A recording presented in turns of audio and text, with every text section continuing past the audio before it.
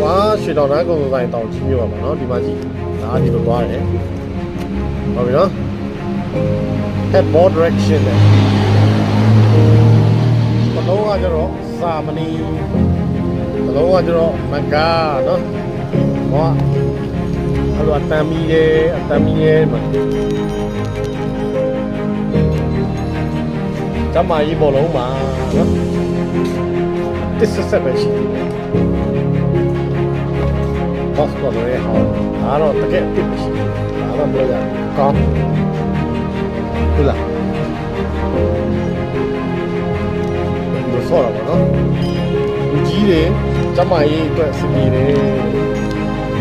ဟုတ်ပြီနော်